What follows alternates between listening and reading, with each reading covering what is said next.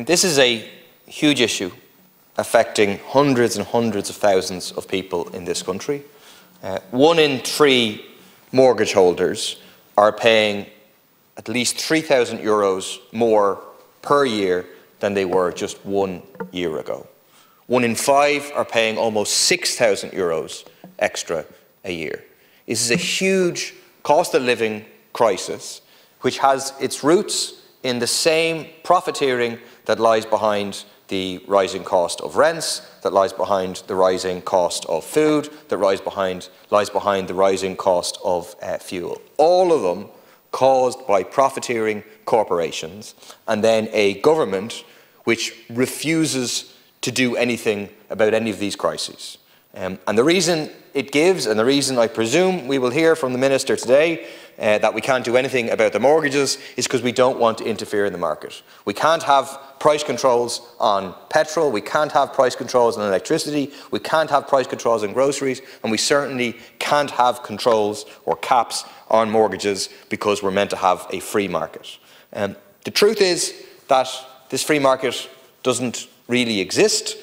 We all remember 2008 when the bubble burst and so-called private developers and private banks were then bailed out with public money. So when the private market no longer suited them, the state stepped in to bail them out. And the government has no problem interfering in the market when it comes to benefiting landlords, developers and bankers. But what it refuses to do is to interfere in the market in the interests of ordinary working people.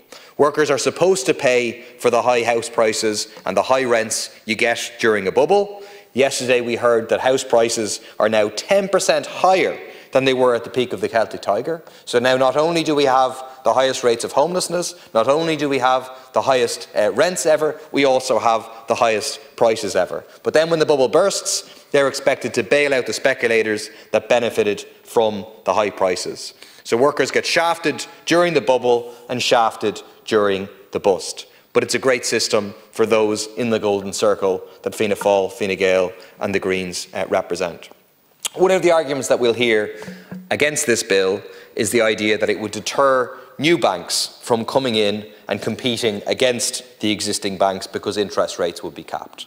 The idea being that competition is the answer to the problem here, that the unregulated market that we have had, that the unregulated market that led to the banking crisis of 2007, 2008, 2009 is somehow the answer to ordinary people's problems, which obviously it isn't. Richard has made the point that interest caps exist in several European countries and the sky has not fallen in. Belgium, France and Italy already cap mortgage rates. I'd also make the point that this government actually just, 2 years ago, introduced caps on interest rates for moneylenders. Introduced caps of something like 187% is the maximum that could be charged on an annual basis. So they recognised that there are extreme examples of exploitation by these payday lenders, and they moved to curb some of the extremely worst parts of it. So they showed that it can be done. You can intervene in the market and you can prevent ordinary mortgage holders being ripped off.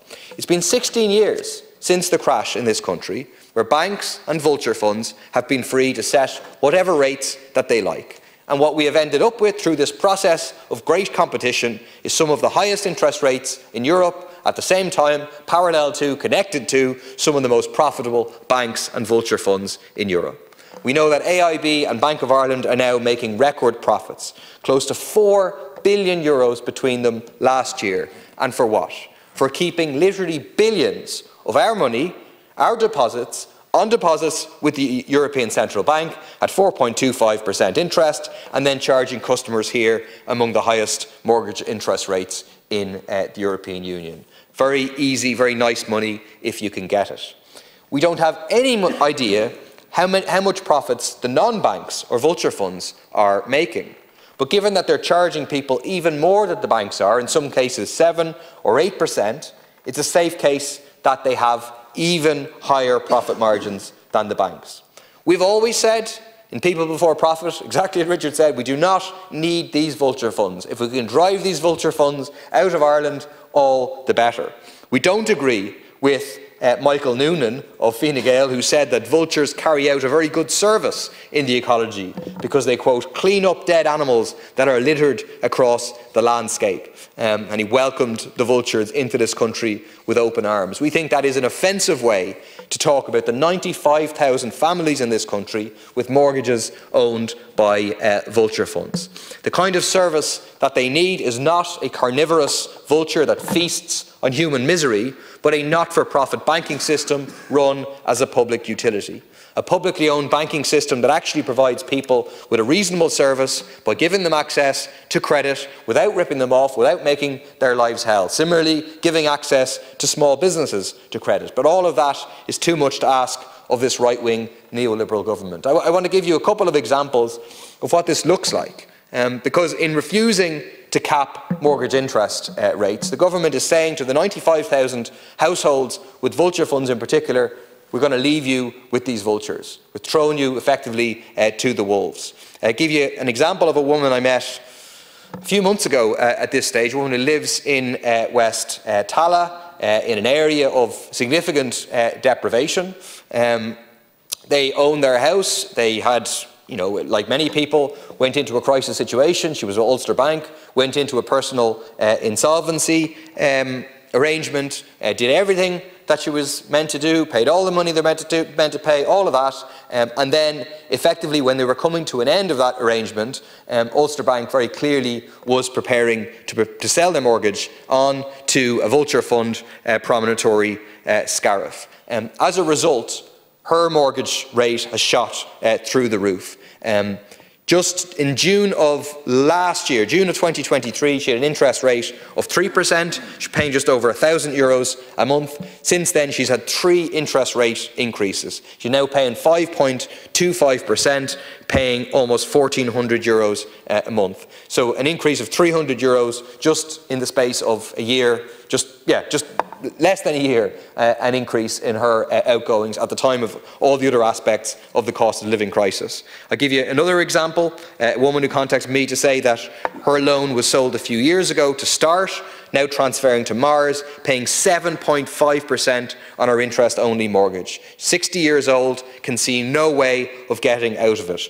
All they want is money and my house. And that's the point. With these vulture funds, the minute they get a chance, I was talking to someone today about something unrelated, and he said, now my mortgage is with Pepper, the minute I missed something, Pepper's onto me, they want a chance to simply to take people's properties, take people's homes off them. I would say to you, Minister, and to the government that if you won't cap mortgage interest rates at 3%, will you at least stop vulture funds from charging working people so much more than the main banks? What possible justification can there be for allowing this to continue? Why 16 years after inviting these companies in, are you still refusing to take on the vultures and take the side of ordinary people? Not only that, why are you continuing to entice in more and more foreign capital rather than using the €65 billion surplus you have to invest in public, social and affordable housing for all? Just yesterday, the Department of Finance published a report stating that €20 billion in housing finance annually will be needed to build the 50,000 new homes a year that it says we need.